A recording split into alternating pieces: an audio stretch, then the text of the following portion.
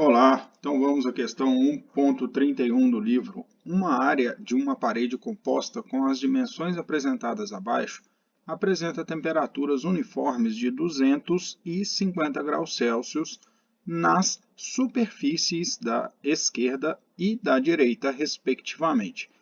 Se as condutividades térmicas dos materiais da parede forem Ka de 70 watt por metro vezes Kelvin, Kb de 60 watt por metro vezes Kelvin, Kc de 40 watt por metro vezes Kelvin e Kd de 20 watts por metro vezes Kelvin. Determine a taxa de transferência de calor por esta área da parede e a temperatura nas interfaces.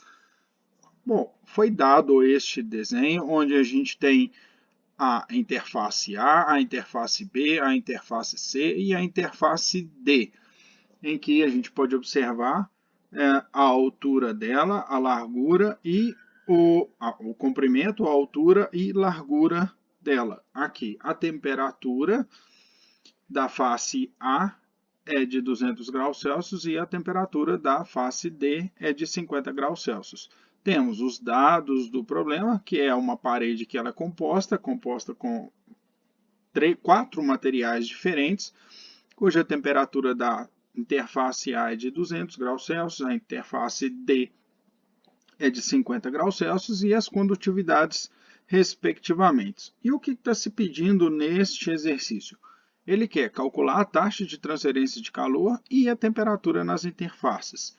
Eu vou analisar aqui quais são as hipóteses. O estado estacionário, que o fluxo de calor ele é unidirecional. Então, eu sei que aqui no vídeo vai estar aparecendo aí um tanto quanto distorcido essas letras aqui, eu não sei o porquê isso ocorre, mas quando vocês fizerem um download deste PDF, isso daqui vai estar perfeito aí para vocês. Eu posso até ao longo aqui desse vídeo deixar já consertar essa questão aqui que eu não entendo o porquê que isso daqui ele perde a configuração. Bom, então vamos lá. Deixa eu só corrigir essa parte aqui. O fluxo ele é unidirecional. Isso significa que eu estou avaliando o fluxo em uma única direção do nosso sistema aqui. A perda de temperatura em cada seção devido à resistência de contato será negligenciada. Bom, aqui eu escrevi que eu acho que é importante porque existem outros exercícios, até mesmo os exemplos que o livro aborda, quando temos alguma cola entre essas superfícies, ou eu posso ter algum outro mecanismo de transferência de calor que pode ter alguma perda de temperatura ao longo, ou uma taxa de transferência de calor ao longo de cada interface aqui. Bom, o desenho é o mesmo. Eu fiz o mesmo desenho que está ali em cima, mas eu acho interessante até mesmo para a gente poder treinar um pouco a questão do desenho, a gente enxergar o que é cada coisa, saber onde está cada dimensão. Interessante que essas dimensões aqui foram dadas em centímetros e as unidades de medida, veja que a unidade de condução térmica de cada uma dessas interfaces é dada em unidade de metro. Então, essas unidades aqui deverão ser convertidas para metro. No caso das temperaturas, eu recomendo mais a conversão para Kelvin quando estiver trabalhando em radiação, em transferência de calor por radiação. Em condução não tem muito problema, mas em radiação costuma dar mais probleminha.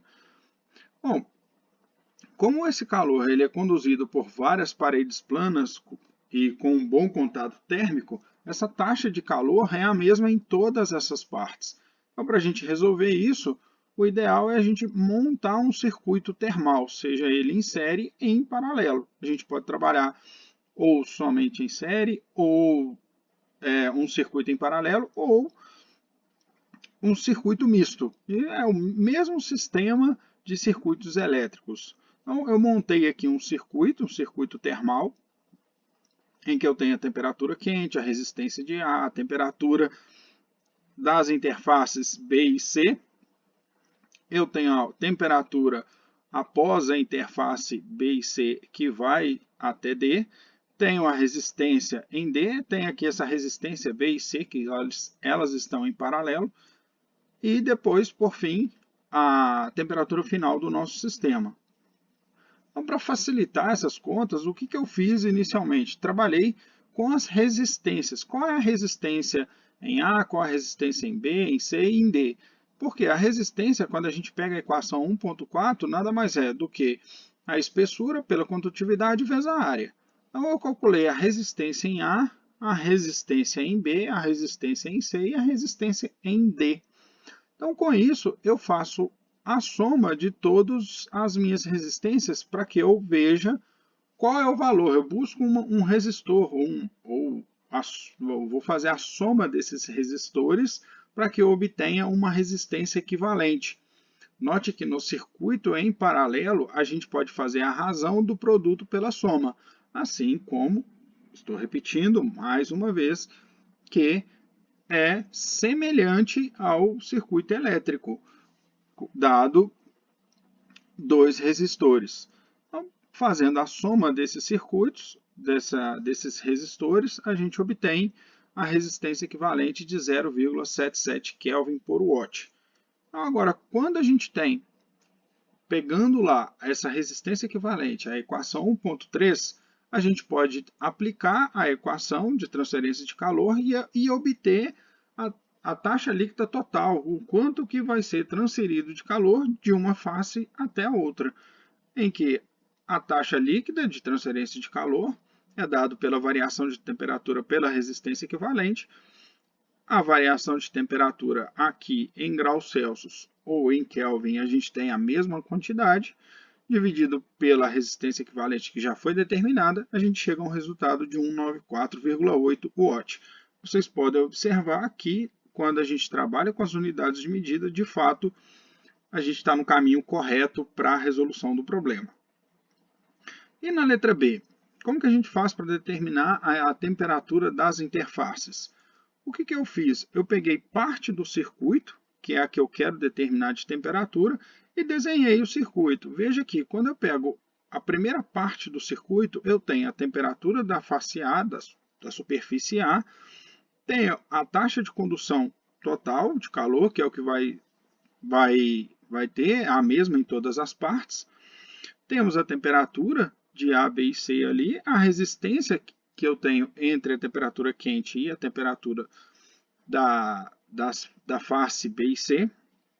Aplico a equação 1.3 novamente, isolo o termo que eu quero determinar, que é a temperatura na região A, B e C.